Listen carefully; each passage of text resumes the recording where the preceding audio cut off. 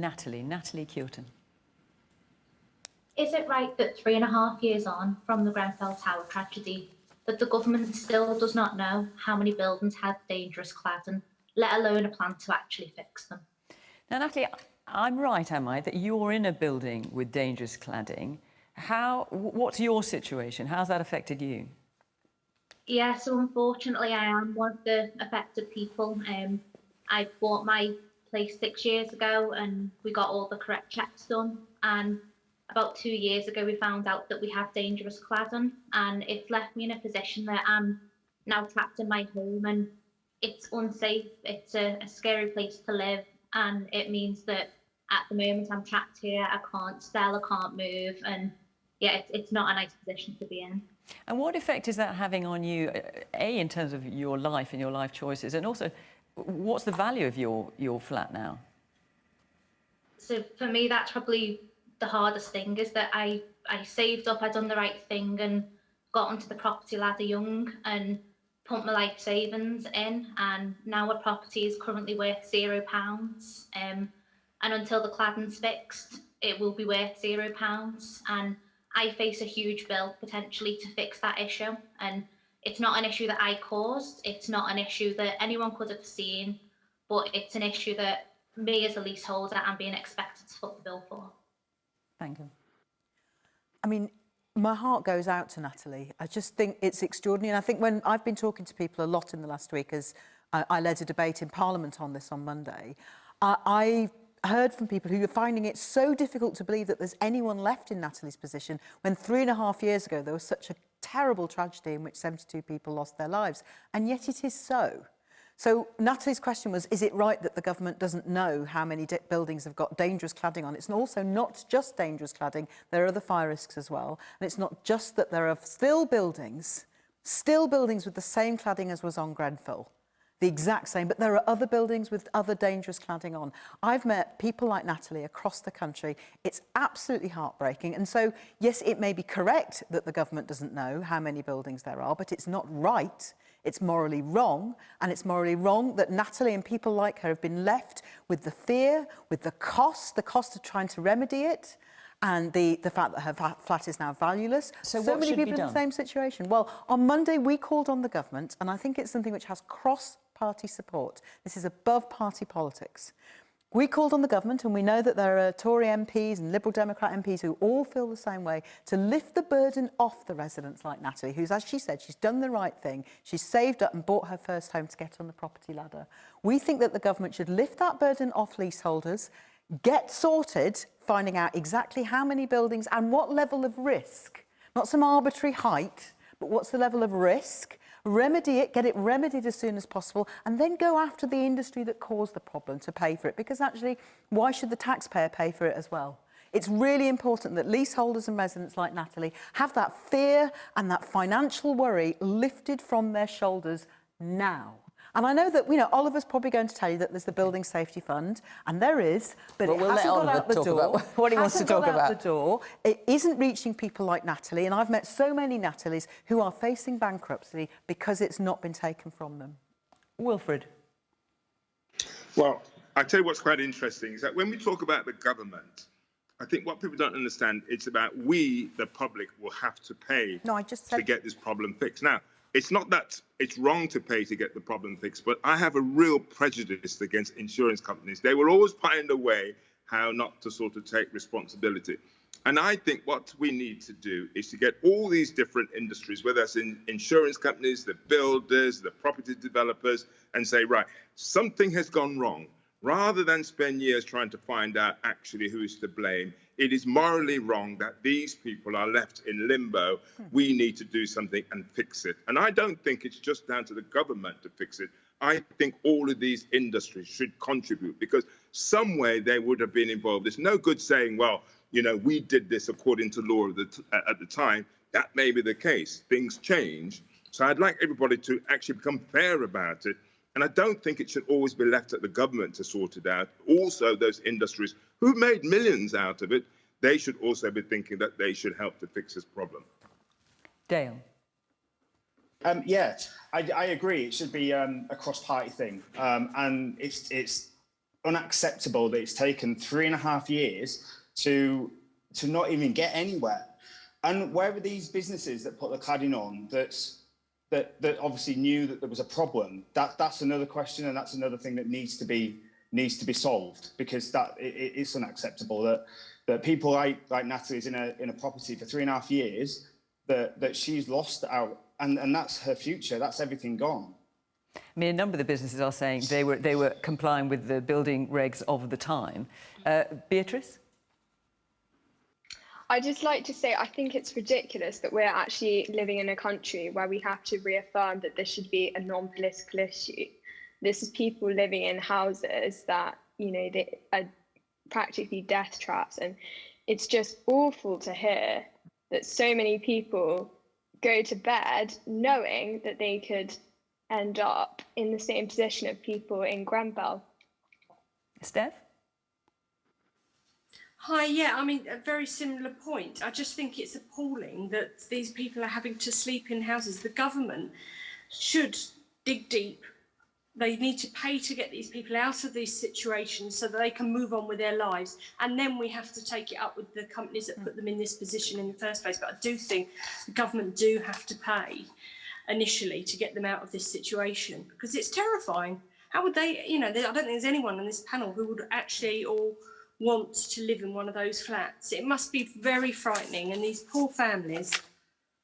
And of course, part of the difficulty, Oliver, isn't it, is it's some of the companies are saying, well, look, we were just, when we were building these things, we believed we were complying with building regulations of the time. You hear there's a lot of people clearly very exercised about this.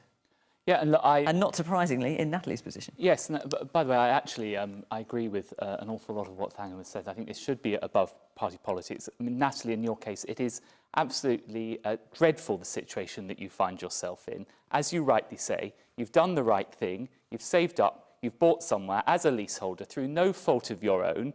You now find yourself in a position where you're stuck in this house. I mean, I think it is worth just picking on a couple of things about the safety point. So the most dangerous form of cladding, the so-called ACM, which is what was used in the Grenfell Towers, 100% of that has been removed from social housing, or is about to be removed by the end of this year, 95% in relation to the private sector. There is a problem more broadly with all these other forms of cladding, and Thangam is absolutely right to highlight that we need to go through this process of identifying the remainder of these different forms of cladding. And because it's not just social housing, it's private housing. Yes, exactly. As well. And I understand that will be done by the end of the year. In terms of the support, as Thangam referenced, £1 billion has been provided, but it is clear that we need to provide more support.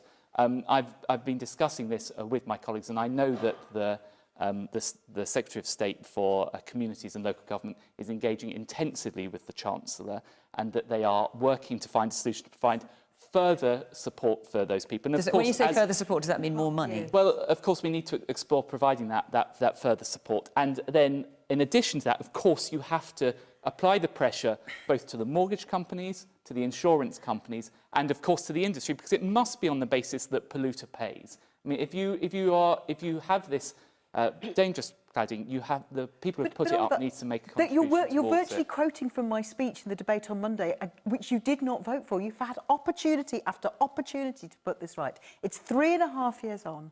There's amendments, cross-party supported amendments down on the fire safety bill, which the government isn't acknowledging. There was our debate on Monday, which I said exactly what you're quoting, in fact. It is just unbelievable that you're not seeing that these people have waited too long for justice. It is utterly unjust. It's utterly unfair. There are models around the world. There's the government of Victoria in Australia that's taken a similar principle to the one that we're suggesting, which is you set up an independent task force with powers to enforce, to remediate and to fund the works up front, and then to go after the building industry in whatever way necessary. There's a range of ways. It may be difficult, but you've had 3.5 years and Natalie's still living in a dangerous flat. I don't understand how you can justify it. Wanda. Well, I think this is just emblematic of a far bigger problem, and that is the fact that profit is put above people, and it's that simple. And we learnt that at those tragic events in Grenfell. And, you know, people think health and safety isn't very sexy.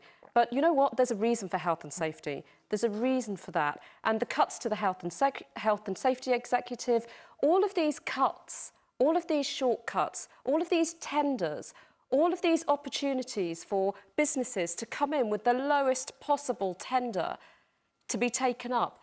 This isn't just about business. This is about people like Natalie. This is about all of those sleepless nights.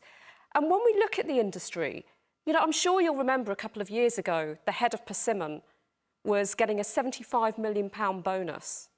Now, they wanted to give him 110 million, but they thought people might think that was a bit much. So they only gave him £75 million. That was a bonus for doing a good job. Now, the industry is full of these people. It's full of CEOs on £3, £4, £5 million. They're not worried about cladding on their buildings. You know, the problem is, as has been said, 3.5 years. And now we're talking about another couple of months and another year and the end of the year. Well, I'm sure that's, you know, that's not a comfort to people like Natalie and all of those thousands and millions of people potentially who are living in these houses that are unsafe. It's a very basic human right to go to sleep at night in a house that you think is safe. Robin? I mean, you know, I'm hearing all the discussion, and I think one of the things that's kind of really clear right now is governments can act quickly when they need to, and the example is the vaccine race that we've seen. And I can't provide the solution, but there should be a will to act as if your loved one, whether it's your daughter, your parent, your brother, your sister, is living in one of those buildings, and that should be the moral imperative to move at speed. Natalie, I saw you wanted to come back in. Yeah, so for me, I think I agree with a lot of what's been said around it can't just be the government that pays, and you know, we have to go towards the people who actually were responsible for causing this issue. But for me as a leaseholder, I've got no way of doing that. There's no possible way that I can go after these people. So I am reliant on the government to do this for me and to protect me. And are you encouraged by what Oliver's had to say? What was that, sorry? Are you encouraged by what Oliver's had to say? No, not at all. It's 3.5 years on and not a lot's happened. And he mentions about the funding that's available. It's first come, first served. So as soon as that funding runs out, people will not get their buildings fixed. So it's no comfort to me when I have to go to bed at night knowing that if there was a fire in my building, that my life could be put at risk. Is there anything you want to say to Natalie before I move on? As I said when we first discussed this, I completely understand your frustration at the pace of doing this. We have, but rather than saying what you've already said, because that's not comforting territory, is there anything you can say to Natalie tonight, either in terms of what money the government's going to give or an action the government is going to take that might make her sleep easier in her bed tonight? Natalie talked about the £1 billion fund which we've made available. Of course, we're working with the Chancellor to see what further support we can provide. The principles are clear that that somebody like Natalie should not be in the position that she, through no fault of her own, she's stuck in this property. We have made progress with the ACM, a lot of progress. We need to make more progress with the other forms of cladding, and we are looking at further solutions to help that. There's plenty of solutions on the table, Oliver, and you just need to back one. Let's take another